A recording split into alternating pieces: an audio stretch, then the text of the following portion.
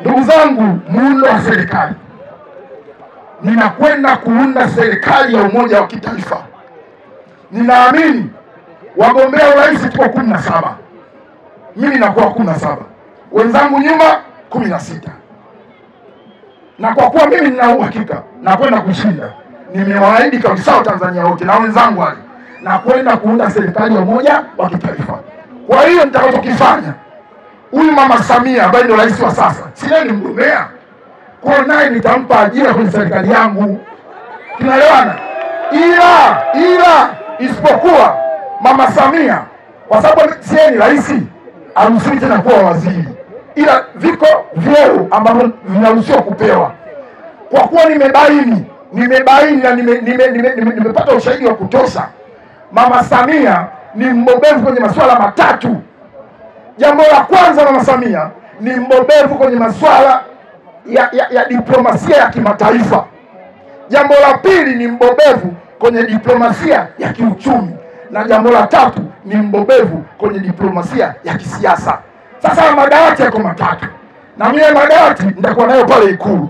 Kwa hiyo mkuu wa madawati matatu, ajira tayari nampa nani? Mama Samia. Ndio maana nimwambia asiwe na wasiwasi, ajira amepata. Hao wenzangu wanaobakia 15, kwa sababu katiba ya Jamhuri ya Muungano wa Tanzania hairuhusu kuunda serikali ya umoja wa kitaifa. Ndani ya siku 100 nitafanya mabadiliko madogo ya katiba na kuweka kipengele ambacho kitanipa mamlaka ya kuunda serikali ya umoja wa kitaifa. Hapo sasa ndipo nitakwenda kuwateua wote, nitawaingiza kwenye baraza la mawaziri, nikiamini sababu sifa wanazo, wasiwe na wasiwasi.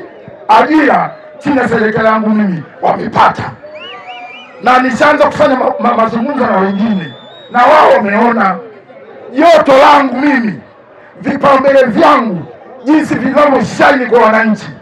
Ekari 5 bure, bima ya afya, matibabu ya mama na mtoto bure, bodaboda milioni 1.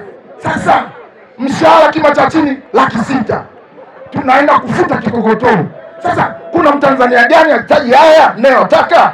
Hivyo ninaamini Watanzania watajitokeza, na mimi ninakwenda kuwa rais wa awamu ya 7.